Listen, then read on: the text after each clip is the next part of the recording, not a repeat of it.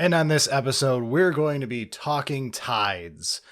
The Grey Knight mechanic, Tides of the Warp. Yeah, we've done a few Xenos things, so it's time to go back to good old spacemen in space armor. So, Eric, Grey Knights claim to be masters of the warp, even though you're not true sorcerers. Can you explain to us what the ability is, what the tides are, and what we're talking about here today? Yeah, so Grey Knights have the Masters of the Warp ability, which is because they're psychers and stuff like that, and they take advantage of it. So the Masters of the Warp ability is if every unit in your army is Grey Knight keyword, then the psyker units in your army get the effects of the dominant tide. And you get to choose which dominant tide you could change it and stuff like that. But everything in Grey Knights is a psyker except for dedicated transports, flyers, land raiders, and servitors. So basically everything gets the benefits of the dominant tide. So you can choose the dominant tide at the start of the battle round, and then it can be changed with psychic ability Warp Shaping. So Warp Shaping is Dominus Discipline, Warp Charge 4. It switches the tide to one that hasn't been dominant during the battle. Okay, so beginning of the game, battle round 1, you pick a tide. Yep. And then you're locked into it for the game until you alter the tide with using a psychic power. Yeah, Warp Shaping has to be successful. Which, Warp Charge 4, you would think it'd be super easy, but sometimes not. We've played enough games. I've watched Eric with that thing a hilarious number of times. Yeah, it's a bit tough. But yeah, one of the nice things about this is it happens at the start of the first battle round. So everything's already set up. You know who your opponent is, what deployment and all that stuff is. So then you get to decide what you want to start as your dominant tide. So there's 5 of them: Tide of Convergence, Celerity, Shadows, Escalation, and Banishment. So I guess we'll just kind of one by one hit them. So Tide of Convergence adds 6 inches to all your psi weapons, and each melee attack with a nemesis weapon on an unmodified wound roll of 6, they suffer an additional mortal wound, max of 6. Which, man, it was that dumb without that cap. You could make some dumb lists that were just make as many attacks as possible, and you're just fishing for 6s. Yeah, so at the beginning of the edition, that was where you were using Keldor Drago and a bunch of double Falchion guys to get 1,000,000,000,000 attacks. Yeah, it was dumb, but also kind of funny. And the max of 6 is a good max. You can still get 6 mortal wounds in addition. That's still a lot of damage. So it's not like they've cut the knees out from under it or whatever. The 6 inches in psi weapons is actually pretty nice. There's some decent psi weapons that you can put on your Dread Knights, or if you're getting fancy, your Purgation Squad.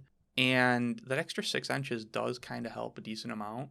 Not really why we're here, though. It's just that little bonus, generally. The extra weapons from Nemesis weapons, because most melee weapons are Nemesis that are any good for Grey Knights. So you're going to be getting extra mortals, and that's pretty nice. Even without just going in the Falchions, because Falchions give you an extra attack, so you have more chances of 6s. But even if you're not doing that and you're doing hammers, you'll still get some benefit from this. And honestly, Tide of Convergence is just a solid offensive option for any list.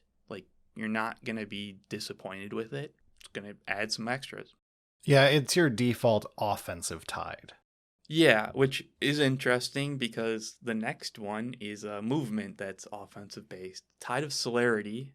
So this gives advance rolls and charge rolls where you roll a 1 or 2, you treat it as a 3 instead. So kind of caps the minimum, which, it sounds really good.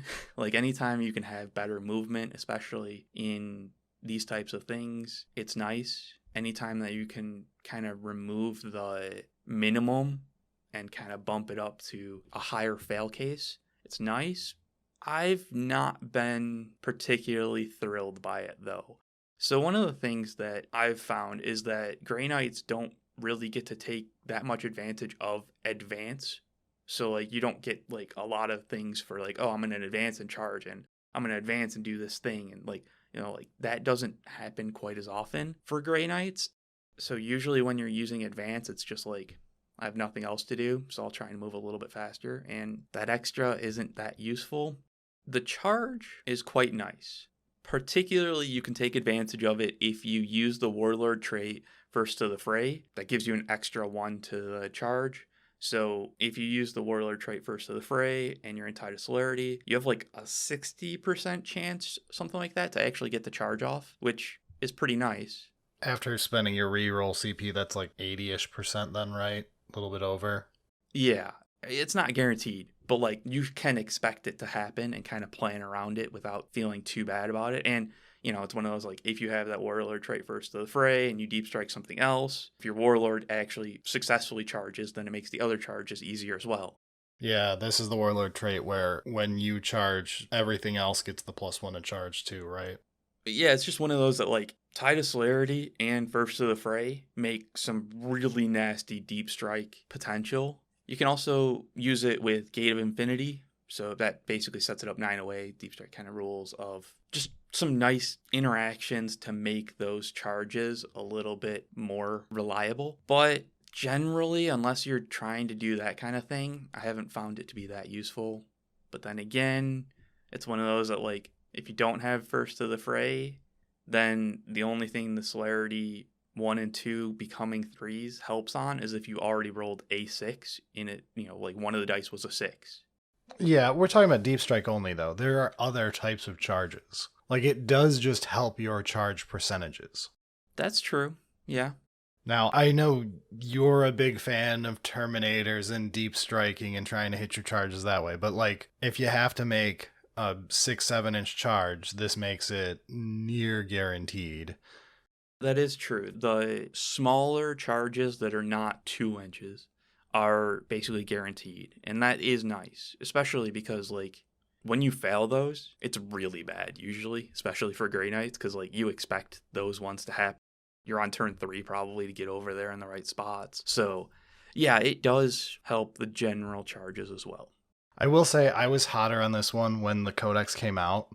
I've kind of cooled on it a bit, but I do think you focus a lot on the deep strike aspect rather than just in general. It's still very good if on turn 2 you've got to make 3 charges. That's true. And I should probably try a little bit more with Celerity. It's just, similarly, I was very excited about it, and then it didn't work quite as well as I wanted it to, and then I was like, oh, well, I'll just take advantage of the deep strike stuff. But yeah, it's a solid option. Yeah, as a final point for it, like, just for newer players or someone who's more casual and doesn't think about it on this level, the charge roll is the most valuable roll you make in a melee army. Yeah. Because every roll you make in combat relies on first you had to make the charge roll, which is a binary on-off switch for getting to combat. It is a very important thing, yeah. Celerity does get a bit underrepresented in my opinion, although I understand because Shadows and Convergence are both very busted. Yeah. Speaking of, let's move into Tide of Shadows. So, Tide of Shadows is anytime a ranged attack made by an enemy model more than 12 inches away, your units are treated as receiving the benefit of light cover, so +1 saving throws. If they already have light cover, they get dense cover, so subtract 1 from the hit rolls. This is what I basically always start as the default Tide for. Just, it's such a good defensive option when there's no shenanigans with deployment that happen where you're just like, we're both on our sides of the field. You're definitely going to be more than 12 inches away. I'm just going to have light cover. And if I do things right, I can also have dense cover easily. Like, that's just such a nice blanket of defense before the game, like, turn 2 really starts smashing together. Yeah, and honestly, Tide of Shadows is why I didn't even bother bringing up the whole, since it's at the start of Battle Round 1, you already know who's going first, so you can adapt your plan for it. Yeah. Because both in going first and second, on turn 1 with how far away you are, unless you're doing some weird sniping stuff with like Tide of Convergence or something, like needing the extra range, it is almost always correct to be in Shadows. Because you're just going to end up using it. Now, there's some like clever stuff I've seen before where you go super aggro, you advance everyone turn 1 in Celerity, and then you tide change over to shadows so that when your opponent goes, you're in shadows. But this gets into the whole, you can fail a warp charge 4 spell. Yeah. And it's deniable if you're against someone like Sisters or me, which I know you have to face a lot, so... Yeah, which is... God, I hate your denies. Like, I have enough We're- trouble just getting it off on my own. Yeah, I mean, it's interesting because, like, Tide of Shadows is great turn 1 as the defensive option, but, like, once the armies kind of start converging together, it more or less stops being useful because things are closer than 12 inches. But it's interesting that I've actually found turns like 3, 4, when models are just dead and off the board and units are wiped out, that the board becomes like less dense, and you can have those like, oh, this side of the board actually is going to get some advantage because they killed the enemy that they were trying to tussle with, and now everything's further than 12 inches away.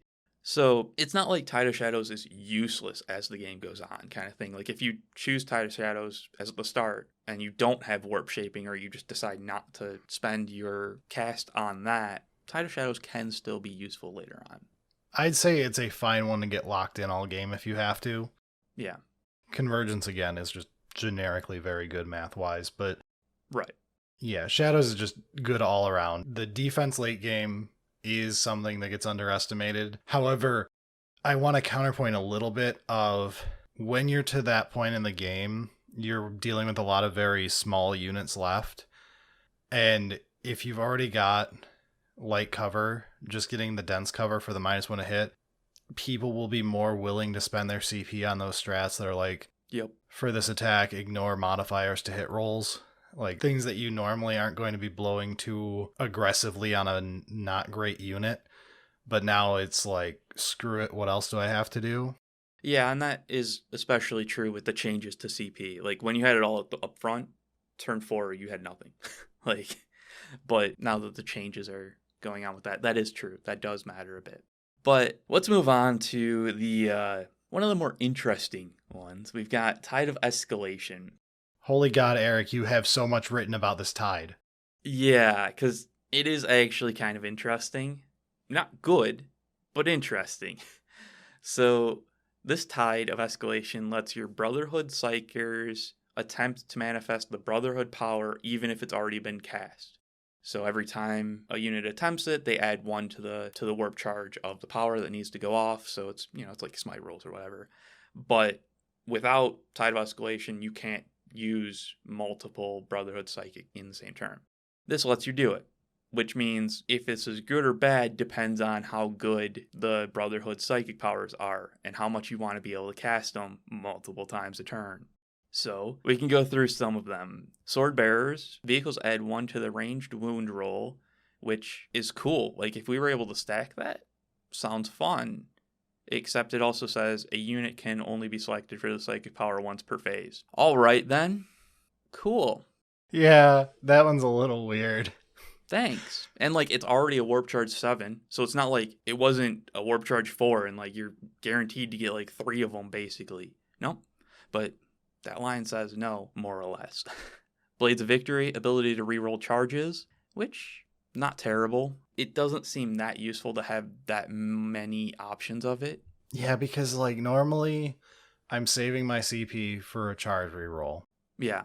If it's the power you're getting for free, then using it once plus your CP reroll is probably good enough. What's your thing under CP reroll for a charge? It's like your next best thing to spend a CP on. You don't get 1 CP transhuman, so it isn't that. No. Generally, it's an offensive thing of just like, I'm in battle, we'll hit harder type thing. It's possible you could see it as you get to be more offensive with your CP usage, but then my argument is, why aren't you just in Convergence? Exactly. Yeah. Like if we're at that point, Convergence just makes more sense. So like the Blades of Victory psychic power is nice once usually, because like you have the 2 options kind of thing. So you have your CP reroll and then this. Cool. I'm fine with that. But like, I don't need it multiple times.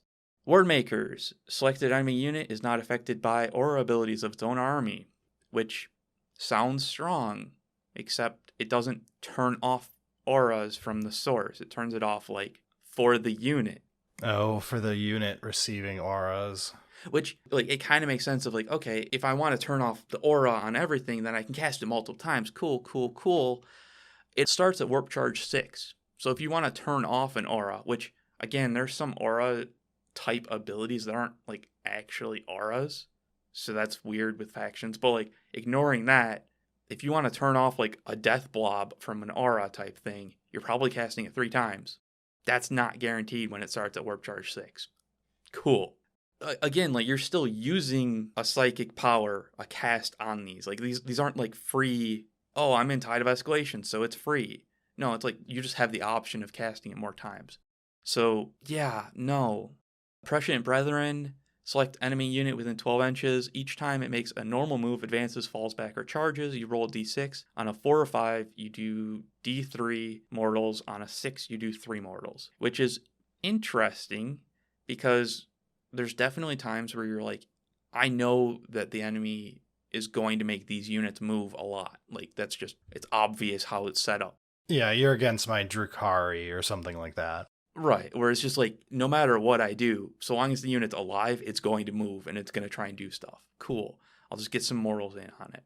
It's within 12 inches, though. That's a really short range to have it be useful multiple times. It is very short, especially because, like, if it's an enemy unit that's going to be moving, they're probably going to move to you in 12 inches or move and charge. Like, so you're probably not going to get that many uses out of it. And it also has a unit can only be selected for the psychic power once per phase. So you can't just be like, that unit, if it moves, we're rolling lots of dice and trying to just kill it with mortals. Can't even do that. So annoying. Okay, so you're not selling me on this one very well here for your hyping it up. No, but we can move into Preservers, which is gain a 6-up, feel no pain. If you're an infantry within 3 inches of an apothecary, 5-up. And it's a warp charge 6, so not too difficult. We're a bit high, but it's not too difficult. This one is actually interesting as a defensive option of just like, I'm going to try and cast it like 3 times on my front line, and it's probably going to pay for itself defensively. Maybe, but like, then again, I'm trying to compare it to like Tide of Escalations means I don't get Tide of Shadows, which is a pretty good defensive thing. I could see this one, though. Like, so far, this is the one that I'm into. Yeah, this one has some defense to it. Rapiers, add 1 to the attack characteristic. That's reasonably powerful. Warp Charge 6, not too bad, not too great, whatever. I think this one's fine, but the problem to me is that, like, if you're trying to cast it multiple times, you're usually trying to take advantage of those extra attack characteristics, like, really take advantage of it, which means you should just be in Convergence. Yeah, and Symphonic Strike is the name of this one, and this is the one that targets you, not someone in a range.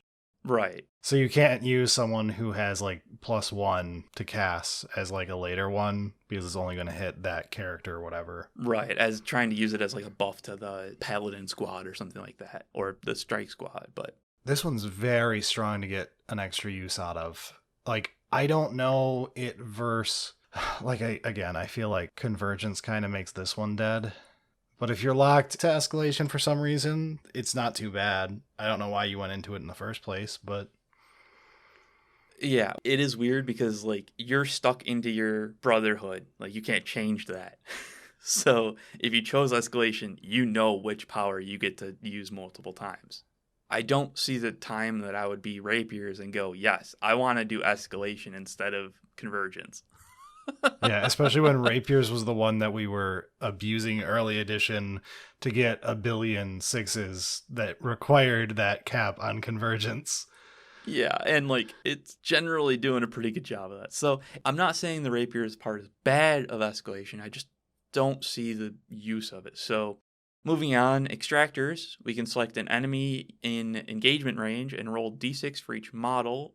On a 4-up, they take a mortal. This one interested me quite a bit, and I kept thinking of like stupid fun ideas of like, I'll get an engagement range and then I'll just like go off on them kind of thing.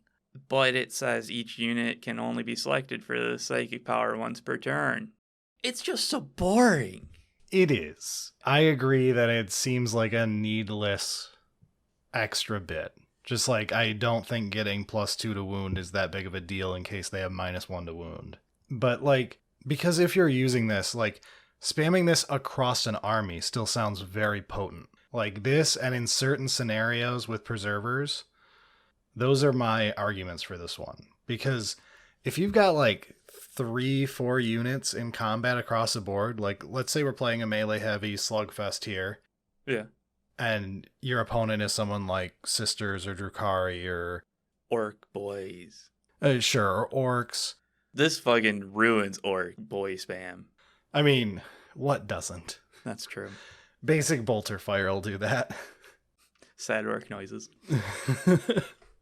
But if you're in any of those armies and your opponent whips out Fires of the Covenant 3 times in one turn, that's dirty. It is.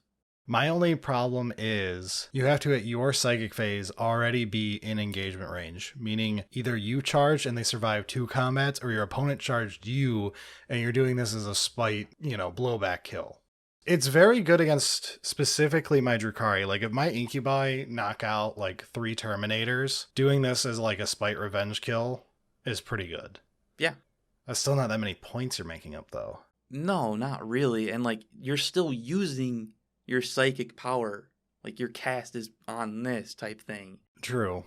Yeah, I could see some potential use in extractors, but last up, Silver Blades, bolters in the unit become pistol 4 with range 12. No, stop, no. So, that's just so you could shoot while you're in combat. It's dumb.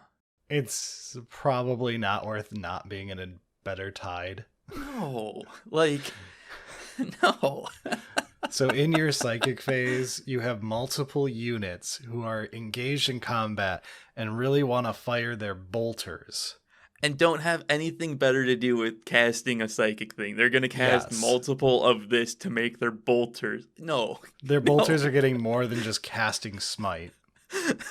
On multiple units. Not just the one that might need it for the turn is like how you could normally do it while being in Convergence or Shadow. Just, I am having a hard time selling that one. Yeah, no. So it really is like, most of them are not good multiples. Some of them aren't particularly good, in my opinion. But like, preservers, Further Feel No Pain, rapiers, maybe kinda, and like, I guess extractors. I liked extractors and preservers for their use case. Yeah, but like, out of even those cases, Convergence or Shadows is almost guaranteed to be better just generally. Yeah, which, yes, I'm not too broken up that one of the tides out of the 4 we've talked about doesn't really have a use case. 3 out of 4 ain't bad. And if we're being honest, Tide of Banishment number 5 here is just for fun. So like 3 out of 4 that really needed to exist being good is pretty fine by my account. Yeah, I think my biggest problem with Tide Escalation is it could have been more. It could have improved your Feel No Pain against Psychic by, another 1 or something. Just as like a second bullet point.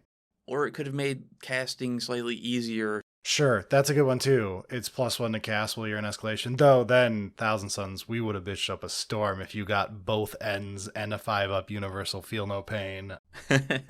Yeah, so that one, maybe not. Or like, maybe it could be like you get +1 to the second time you cast your Brotherhood thing or something like. It'd be interesting if it let you flip your +1 to denies to +1 to cast. Yeah, like. That could be cute. Tide of Escalation is interesting to me. It really is. That's why we've spent most of this episode talking about it. It's because it is interesting to me. And I think that there's a way to make it so that we actually use it. Yeah, it feels like a little bit of wasted potential compared to the other 3. Right. But I guess let's hit the last one just to round it out. We've got Tide of Banishment. Gives you the Banishment aura, which is while an enemy demon unit is within 6 inches of this unit, subtract 2 from the leadership of models in that enemy unit, and reroll hit and wound rolls of 1 against demons. So like, I guess that kind of can come up and whatever, but like, and I don't think it's particularly bad. It kind of makes sense in a lore aspect, but just move it to Crusade. Like, that's where lore type stuff should be. This one I'm okay with. So Ah, I am a fan of Move It to the Crusade for a lot of the very targeted, annoying things. So, like Vengeance for Cadia, get that shit in Crusade. yeah. Prospero Burns, as much as I enjoy it, should be a Crusade thing. It's fun there. It's less fun in competitive play when it accidentally comes up, and you're like, hey, I know it's round 4, and this is a very important tournament, but I have a sweet I win button for 1 CP, because lol, remember this lore. With Tide of Banishment, though, one, it's cute flavor. Grey Knights is literally just demon hunters. It's not like Vengeance for Prospero, where it's Thousand Suns versus Space Wolves. Yeah, I mean, it very much is like Grey Knight's whole fucking thing is they're demon hunters. Like, I get it. Yeah. So, like, there's that fun aspect for a niche army. Like, you brought this army, you're already a niche. Yeah. I'm fine with that, and I'm also fine with the fact that math-wise, Banishment is just worse than running Convergence. Yeah, probably. It reroll ones against demons is not going to beat out getting a ton of mortal wounds against us, especially because demons don't have ways to stop mortal wounds. Don't get me started. Yeah, I get what you're saying of, like, Tide of Banishment is flavor, and it might just be worse even when you could use it than Tide of Convergence. And that type of flavor thing, I'm fine with. If it's like, it's there for flavor, and technically, if you wanted to be a math nerd, it's like 3 to 5% worse than choosing option A. So you're just doing it because of flavor. At that point, leave it in, it's fine, it's not hurting anybody. It's not like with the stratagems, where access to them could ruin a competitive game for no reason other than it's funny in Crusade when you do it. Yeah, that's true. That is true. And yeah, I mean, it is a very optional thing with the tides, because, like, you can just choose one and not have to worry about anything. And, like, yeah, so I get what you're saying of, like, this one's probably fine to be kept in. So, I mean, overall, I think the tides are actually pretty interesting as an ability for an army. It's one of my favorites from the edition, to be honest. It's just the right point on power level. Complexity-wise is pretty low, honestly, compared to a lot of them. It is substantially cleaner. I still am salty about the fact that, like, to change it, I have to do a warp charge for psychic ability. It's a little on theme compared to others, and to be honest, they're very strong compared to what they could have been. I would like to see the next iteration of this type of thing have some more interesting escalation. Yeah, Escalation could definitely be improved on. Yeah, because, like, right now, you start in Shadows or maybe Convergence, and then you switch from Shadows to Convergence, maybe Celerity. So yeah, I thank you for the refresher course. I don't play the army, but I really do enjoy how tides work compared to a lot of the armies I do play. Yeah. I think Power from Pain is a great example too, by the way. The Drukhari Codex needs like a reverse demons episode where I talk about how good a codex can be written. I think that would be an interesting one. We should do that at some point. This is a very fun little topic, especially if you know a Grey Knight player, even if you're not one yourself. Just understanding your friend's army can be very fun. Yeah, and if there's any Grey Knight players out there that use Tide of Escalation, like, for a reason other than just because lol, let me know, because I would love to know what the use case of that actually is, so that I'm not just bouncing between Shadows and Convergence, and sometimes Celerity for my shenanigans. Yeah, or if my math sucks and Tide of Banishment is secretly good, feel free to hit us up and explain why. But let's get out of here for the week. Sounds good.